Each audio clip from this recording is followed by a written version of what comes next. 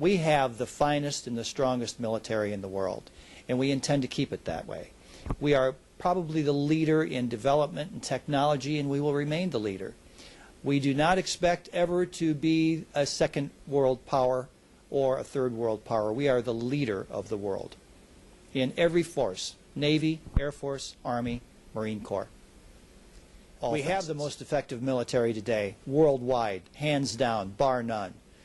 Reducing spending may help as far as cutting back in some non-critical areas, but too much cutback in our military means that we're going to have to cut back on training, we're going to have to cut back on equipment, we're going to have to cut back on ammunition, and everything else that goes along with the entire military project. I do not believe we should ever cut back in our military. I don't necessarily believe that we should increase it unless it's necessary. But cutting back has always proven to be detrimental in the long run. The F-22 is probably our most advanced fighter. There's also the F-35 that's in the wings. I do not believe we should ever, after spending all this time in development, we have an operational fighter that we are going to stop production of. It is rather absurd.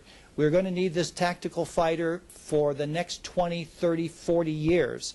And to stop it now means that farther down the road, we are going to have to bring it out of mothballs and bring it back to the forefront.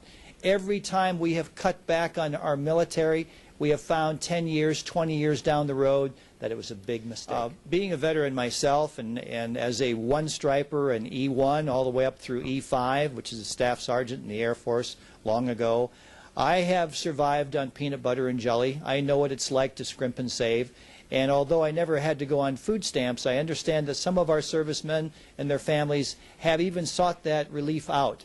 I believe that when we are in the military, either as a husband or a wife, or sometimes both, we need to do everything we can to ensure that they and their families have above standard care, and above standard subsistence and pay.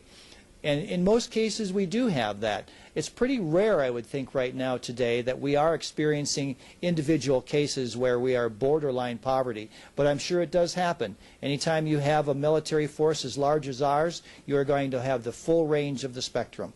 But definitely, we have programs in place to help people. All they need to do is ask for it. Our veterans, we owe very much to all of the veterans, those that have served, those that have been wounded, those that have been killed in action, and their families. We owe a debt that we cannot ever repay.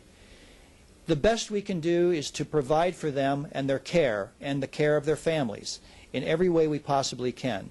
The Veterans Administration hospitals have had some hits in the last few years. We know that. Basically our government is trying to bring everything up to standard and above standard.